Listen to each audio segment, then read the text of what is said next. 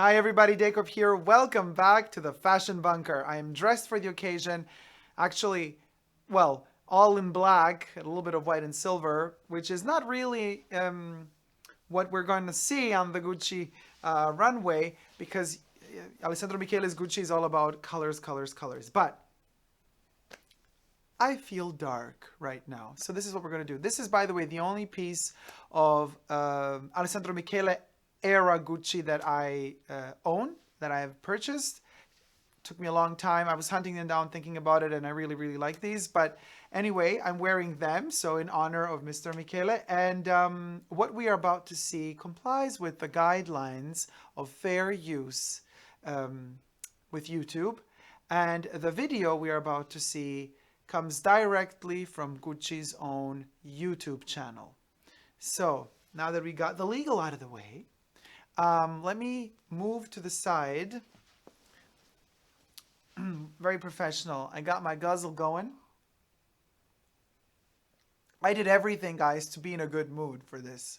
So, just to give it the happiest of myself and my moods to it. So I want to love it, okay? But let's see.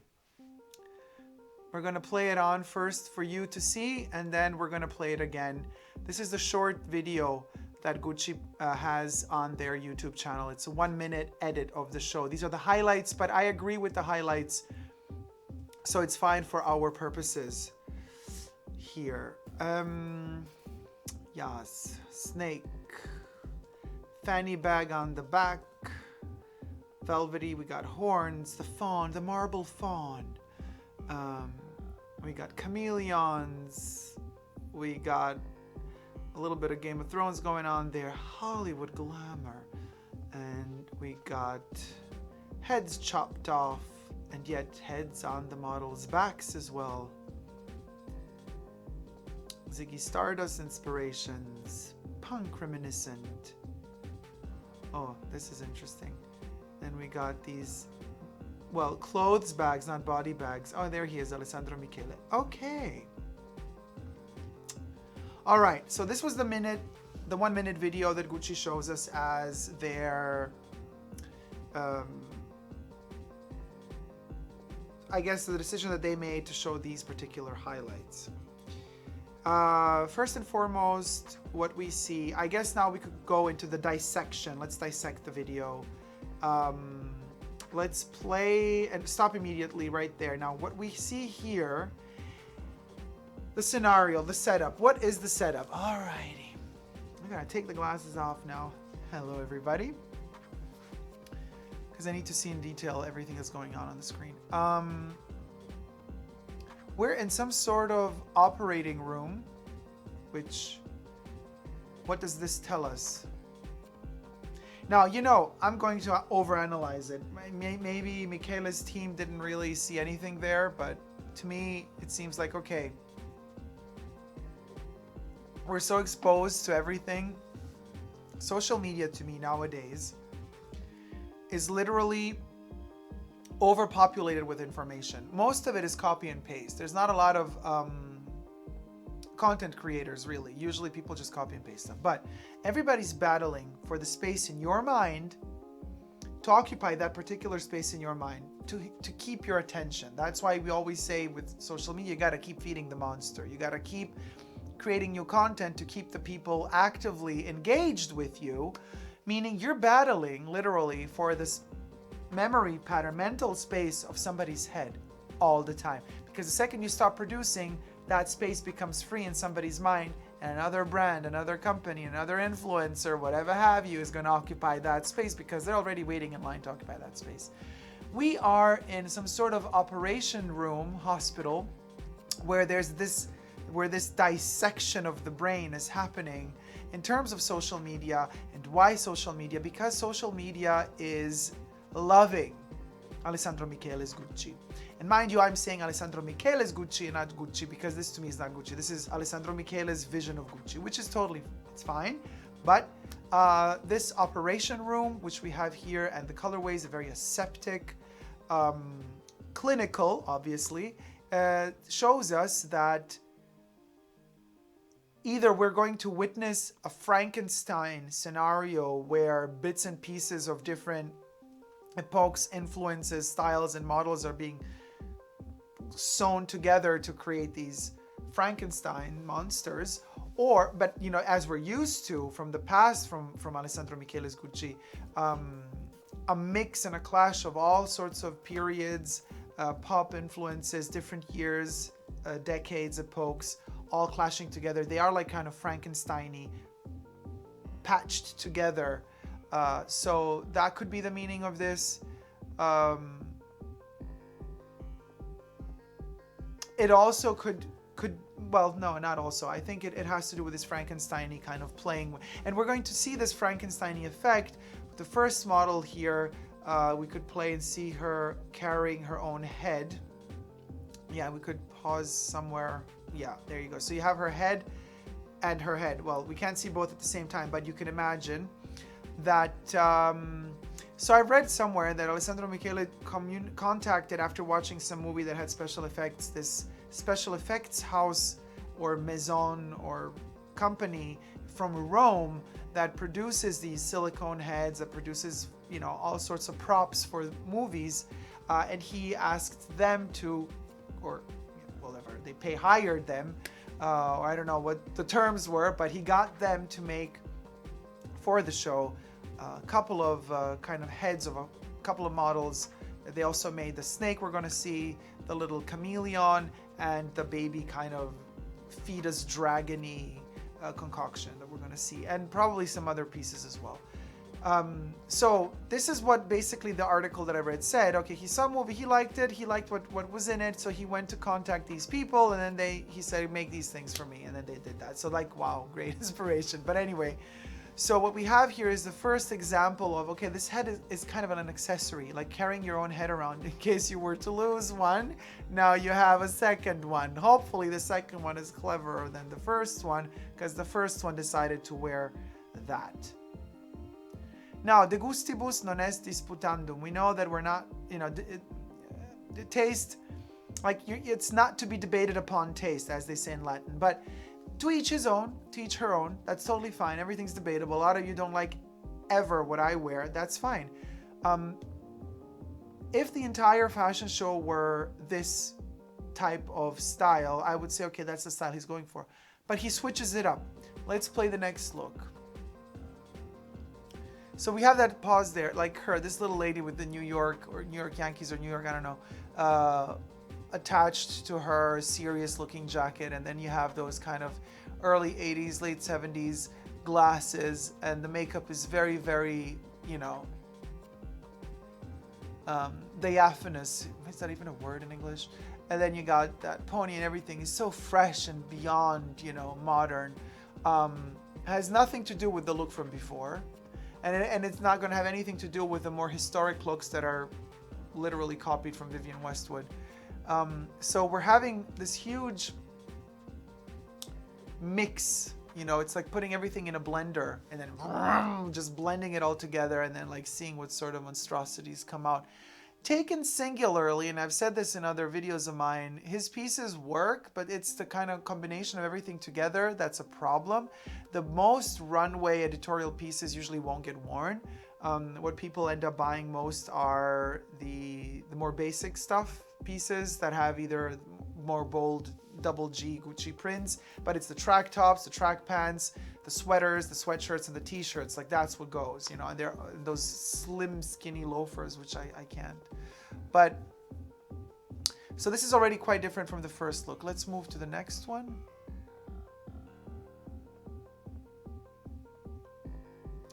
Okay, let's pause it there. We got a little bit of 80s. This is a little bit denim-y looking. Then we got this jacquard embroidery on top of the beige. Then she has a crown. Then she has that pointy makeup, looks almost like a cat. Then she has another pattern patch attached to her lace red shirt, and everything is a clash of everything. Like we're mixing up everything, and that's okay. But Alessandro, you've been doing it already since a couple of seasons, and it's you know, as Anna Wintour was criticized for wearing her shades while the Queen of England, of Great Britain, was seated at London Fashion Week. She was criticized, Anna Wintour, for not taking off her sunglasses. She was sitting next to the Queen, you know. And she said, well, I never take off my glasses. It's a great thing I use in case I'm bored. Nobody sees, in case I'm bored of the collection, nobody sees my reaction and I can play it politically correct. All right.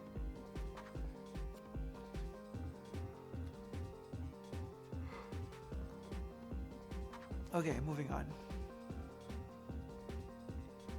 Pause. All right, here, Anna Wintour's falling asleep. This is, I mean, it's actually cute, but you know, we've seen it already. And I'm like, the framework of this hospital is supposed to shock us, but even that we've seen already. We've seen these clinical asylum type of scenarios with Alexander McQueen already, you know? These type of stripy shoes done without the Gucci logos, the Gucci colorway. We've seen, you know, Audrey Horne in Twin Peaks already in the 90s wearing them. I mean, they're classic. It's fine, you know, but then you add those leggings and you add all the glitter on top of that. Sure, why not? Let's go on. Pause. Backpacks, elongated backpacks. Kanye did it with Yeezy. But even before him, a lot of others did it. But okay, you see what I mean? This backpack, take it alone, shorten those the length of the actual shoulder straps, and you have a regular basic backpack.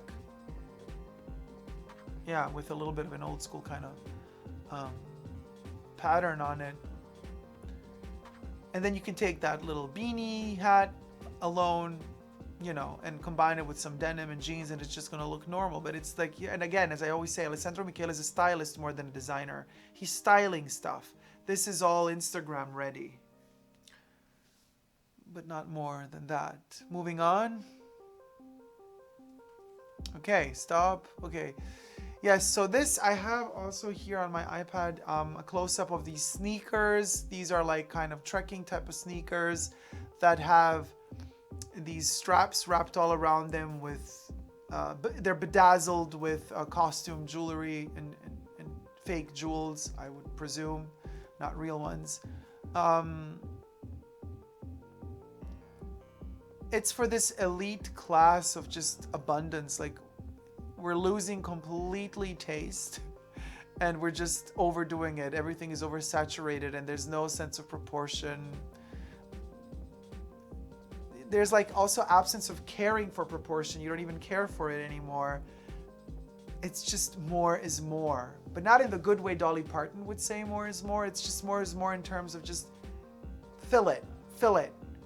And I can afford more, so fill it over the top and let all that expensive liquid that I'm pouring into this glass, let it pour over and dissipate, and let's waste it, you know, just waste it because I can.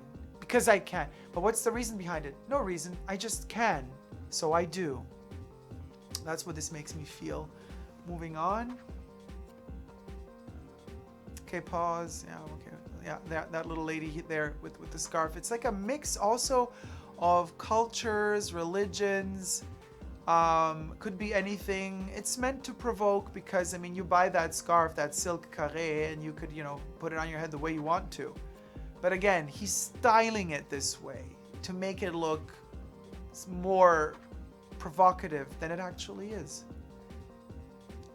But where's the tailoring here? That coat looks pretty normal to me. You know, there's like nothing in the shapes that makes me go, oh, this is something different.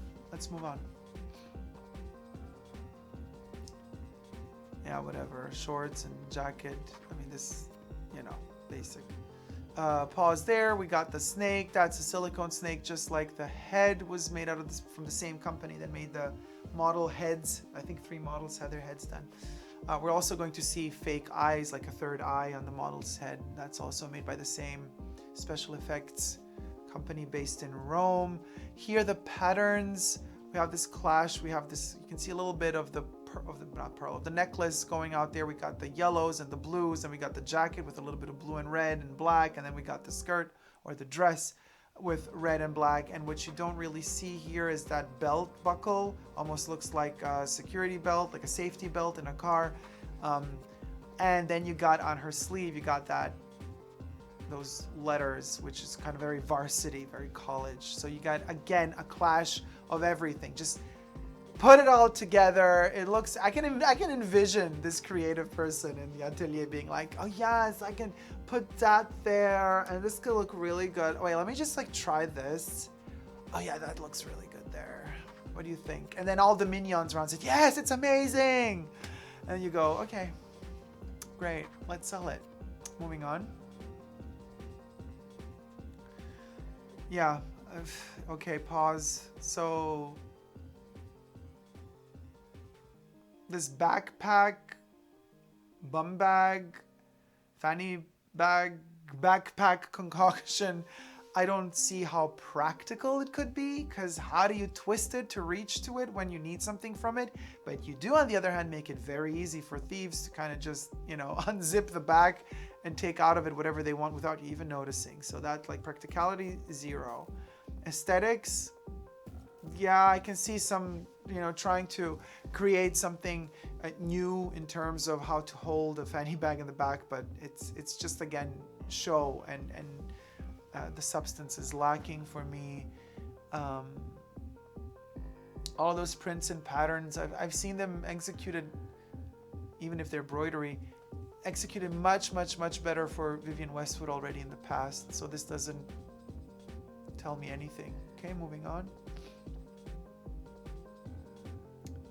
Okay, let's stop there.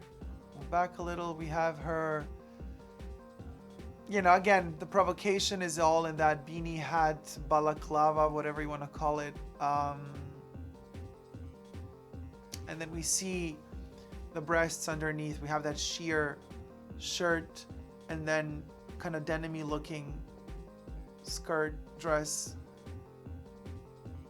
tribal looking, what I think are bracelets, but it could be part of that shirt. I think there might be bracelets. Again, you know, you can take each piece separately, combine in a different way, and you get a look like this. It's a flop. You know, you don't wanna. It doesn't make you desire it. But again, look at all those people. I don't know what they were thinking in the front row. If they were proud to be a part of this, if they were judgmental in that moment. I mean, I'm probably, you know how it is at fashion shows, you usually have sections. You have one part, which is PR, and the other part is buyers for shops. So usually when the cameras are filming, they film the PR section because they want the right people filmed. They don't film the buyers and the stores. It's so sad, but that's usually not always, but that's mostly the case. So they gotta give face. Some were also paid to be there. Some were invited to be there. But you know, the buyers are thinking, great, you know, Gucci's making us a lot of money lately, so we're happy to see whatever he throws at us. PR is different, you know. I wonder what these people were thinking. Well, anyway, moving on. Pause there. No. That sneaker bent in the back. Maybe it's even cut out, you know, similar to what he did with the loafers. Wear what you want to wear. I would never wear it. Moving on. Okay, here we have, this is like so Westwood to me, even the fawn, the horns. I don't know if we could actually see his horns, done also by the same Rome-based prop company. So we probably can't see it here because the camera just cut that off. But he does have these horns that they go like that, and then up there, and they're attached to his forehead. Vivienne, anybody? Vivienne Westwood, anybody? Same goes for the jacket, the sweater. It's just all been seen before. And I think this is the problem. Younger generations that don't have the right knowledge about history of fashion, they're going to see this and they're going to think this is the first time this has been done. No, it's not the first time this has been done. And it's fine to repeat things, to do them again. But if you do it, what are you adding on top? How are you contributing to the further development and the evolution of something? I do not see evolution here. The only evolution I see is the HD camera that filmed. But that's not Alessandro Michele, that's not Gucci, that's the technology we have today. The video of this show is not grainy like Westwood's 80s and 90s fashion shows were. You know what I mean? That's the difference. We have this high resolution image now, but don't tell me nothing new. Those glasses are old school. The sweater too, the jacket too. The idea with the horns been done also in cinema 1,000 times again before. Why do you want me to desire this piece? What is the sales point here? And not just in terms of really purchasing it, but also like loving it. What, am I supposed to think the model is attractive? Not particularly either. So it's, I mean, everybody has their own taste. It's not my taste. But model aside, we're talking here the actual look of the whole thing, styling wise. Yes, it's a look, but it doesn't move me in any way. It just makes me go, next. So I say next. Moving on. Yeah, okay, pause. There you go. A little basic bag right over there. That's what they're going to sell at the end of the day, you know? They're not going to sell the horns. They're going to sell that bag. Okay. Pause. Okay, we get a bit of manga in there as well. Now Japan is there as well. Hey, the Harajuku people, they're going to want to love this. They're going to want to have this.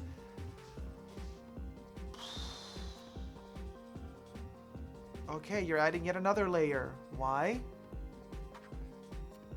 Desperate to be loved by everybody? I don't know. I'm trying to understand what the reasons behind it. Okay, moving on. Okay, let's pause there. The little chameleon. Cute little chameleon. Again, reference to perhaps movies, perhaps Disney, perhaps not. Very fairy tale. This is also a very historic type of shoulder, type of garment mixed with a denim shirt, which is more 80s, and then but this has also been done in the 80s. You see, that's also nothing new, and I'm loving the fact that the styling here, the model, the skin tone. We're not talking race here. I'm just saying it looks amazing with his complexion, that denim. That's beautiful. Styling impeccable. But the piece itself, I could get it at a thrift store. You know what I mean? And I'm still missing what is new. Adding a silicone chameleon to the look does not make it a better garment. Look at that little lady behind him in her 80s frock. I love 80s retro, rock, punk, clash, glam inspired anything, but I don't need to have it from Gucci today because I want to either have the original piece from the 80s or I want to have an original new piece from today from a brand, but I don't want to see these retro things anymore thrown out there as if they are something new, never seen before, because they're not. They're not, and you're not doing anything but stealing something that's been done already. So it really bugs me. Moving on. Okay, Game of Thrones here. Now, I've read also this story. Let's pause it there for a second with this little dragon. This guy who kind of mocked everybody and created, like said he found a baby dragon and formaldehyde from the past in his garage or something like that, and then I guess that was the story behind this little creature here. But also the guy, you know, is it a guy? I don't know. Can we go back or forth? Yeah, the model, whoever it is, male, female, doesn't even matter, is dressed very, you know. I still don't see. Doesn't matter. But that attire is very, you know, old school painting. It's very Game of Thrones. So again, we have another pop reference, pop cultural reference, which, and then again, you're making this dress, outfit, cloak, coat, whatever it is. What's new? The fact that the model might or might not be wearing glasses, I don't even see that. What's new? The loafers, the shoes, whatever the models. Okay, it's so costumey. It's like, this is a theater piece, ladies and gentlemen. This is the costume of character number 32. And this character is the slayer or the, I don't know, breeder of dragons.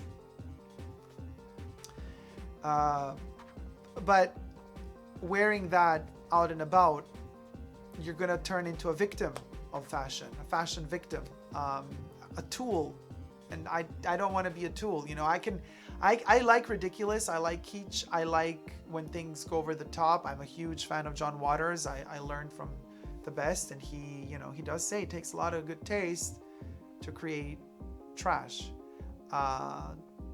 This is too simple for me. If you're gonna go for this antique look, you need to go all the way or stay home, or stay home. This was not played all the way. This is just half done. You know, it's okay, great. You got some company in Rome to make you a silicone dragon, and you think that's enough to embellish that outfit? It ain't. And the outfit is too simple. Moving on.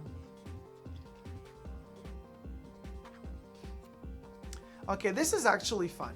Now, I'm saying this because this is kind of playing with Hollywood and Hollywood glamour, and this like Paramount, and then you have this marabubo. It might be I don't know what feathers they are, but then we have the lace, and it's all over the top, but it's a clear statement about Hollywood. This piece actually works. Could we like maybe go backwards so we could see the total look? It's a bit distant, but I don't like the lines on the skirt or the dress, the two red ones with the beige. It kind of cheapens the whole thing, and it doesn't flow properly. But the upper half is gorgeous, and minus the balaclava mask or whatever, the rubber mask.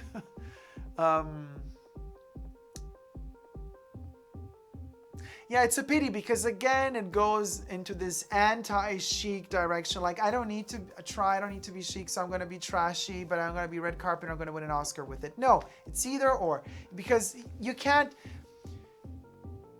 if you don't want to be all luxury about something, I'm going out of the center. If you don't want to be all luxury about something, you got to then play it down. But don't play it up halfway and the other half not. Like, I want to, but I don't want to. Well, what do you want? Do you want to, or you don't want to be a part of, you know, the major league basketball team? Because it doesn't, you know, it's halfway.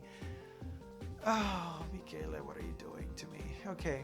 And guys, I'm like, this is like, you know, doing one for the team, taking one for the team, because this is painful for me. But you've been asking me so much to review it, so all right, moving on.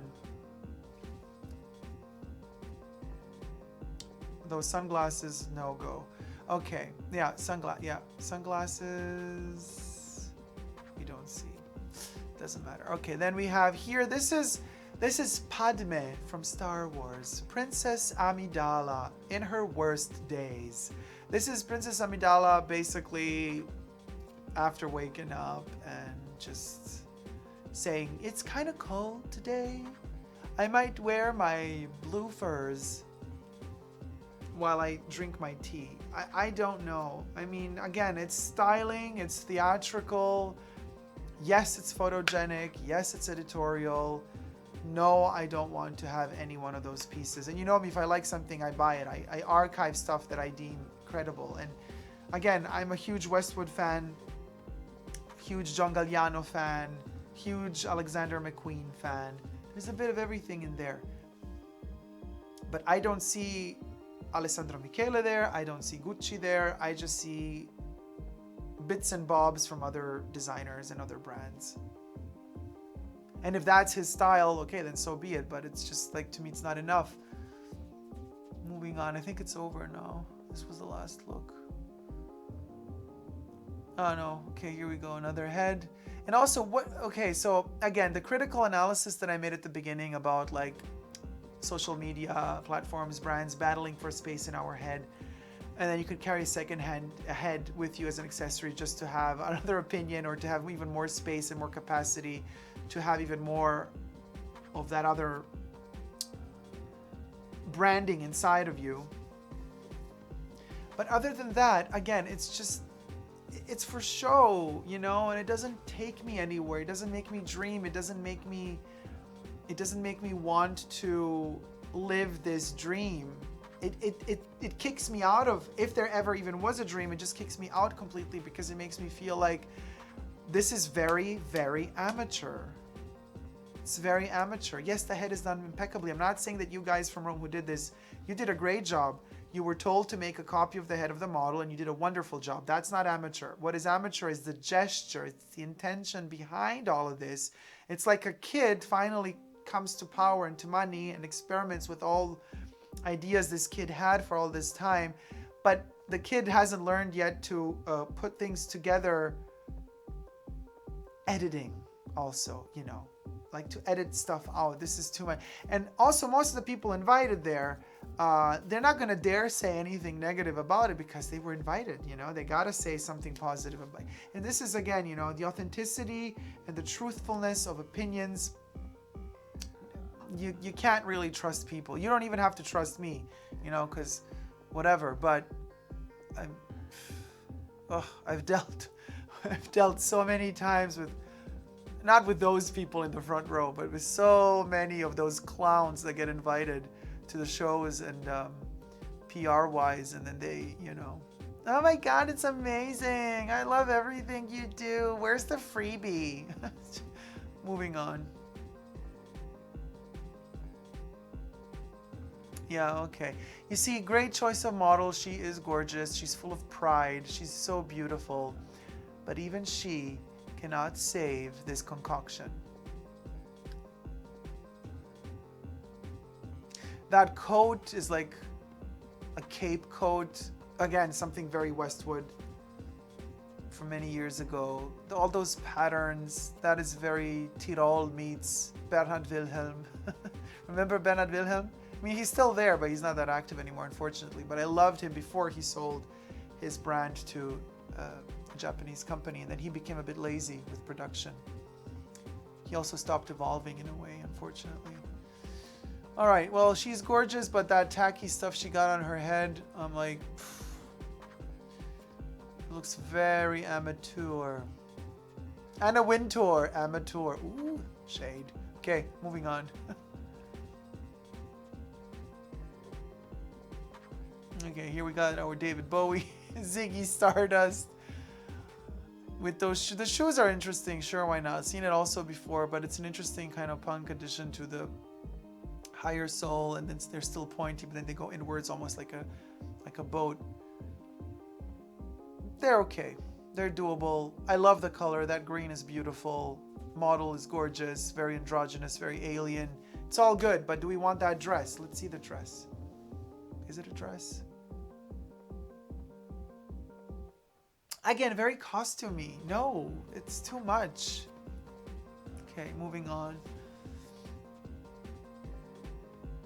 And all those cheap jewels. I can't with those jewels. Okay, what about this? Again, that coat that has sleeves but also has slits, so you could wear it also as a kind of cape coat.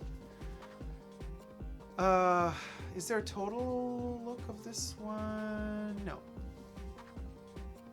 Okay, there is. Yeah, well, okay, classic, whatever. Take all the accessories off. You could pull that coat off. Camel color, beige color, easy. You know, no brainer. Moving on. Let's be careful here with the red piece. Yeah, that one.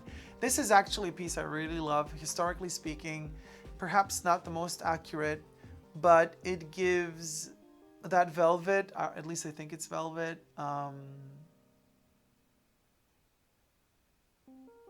or is it like chenille or something? Whatever it is, it absorbs light beautifully. The model is beautiful. But again, it's very historic. It's very costumey. Who's gonna wear, you know, you're a woman and you wear this on the red carpet, they're gonna say like, okay, what convent did you come from? It doesn't say, you know, which is fine. You could play against the sexiness, which is really good. If a guy wore this, then of course a lot of other people will be making fun, because you got to be very out there, very extrovert to pull that off. And I don't know anybody acting in the acting world or music world that could actually pull this off. And no, not even you, Jared Leto. Sorry. But I like it. But it's like taken out of the context of this asylum ward or this hospital or operation room, taken out of all the entire context, taken out of the context of Vivienne Westwood already doing a lot of these historic pieces, just forgetting all of that, just putting all that aside, just as is the piece and the fact that it's simple, not over accessorized as are all the other pieces he made. That's what actually makes this beautiful to me. The simplicity of it. So I say yes to this. Moving on. Look at that. Look at that. Wonderful. Reminds me also of Gautier a little bit. Okay, now, okay, pause there. Well, there you go, Missy. This is so funny. Can we see the third eye a bit better? Like playing it backwards a little. All right, there. Okay, perfect. So somebody on social media, somebody was like, was it on Instagram? I don't know where. Well, let me take a sip. I'll try it out. Somebody said, geez Louise, her third eye is happier than she is. She looks all like, and the third eye is like, whoa, yay, I'm at a fashion show. Finally, I got a chance to open up and show myself to the world. Hello, everybody, I'm the third eyeball. But yeah, third eye aside, no pun intended, the body sack or outfit sack or cape sack with the Gucci name, like almost like she's a warden of this institution. Fascinating for a movie, for some crazy movie. But again, it doesn't tell me, it doesn't scream to me innovation, you know, putting a third eye on a whatever. Again, a reference to some movie or some painter who, it doesn't matter, Alessandro Michele, at this point. We don't need you to prove to us that you know art and pop culture and music and cinematography. We need you to prove to us that you could actually design. Moving on. Oh, hi, there you go, Alessandro. Now you see that what he's wearing is cool. Understated, I get he was playing the understated part, a lot of the designers do. That's all fine, the long hair. But this is cool. Why weren't there more simple pieces like that on the runway? Why does everything have to be over the top show? And I like a show, don't get me wrong. You know, I like me some good old show. I loved Alexander McQueen's shows, and boy, did he know how to put on a show. So, but that's that, I guess. That's the end of that show, is it? So, yes, I guess we can go back to full screen. So guys, that was my opinion. Put back the shade glasses. Should I wear these whenever I throw shade from now on? Like, now they have a purpose in the fashion bunker.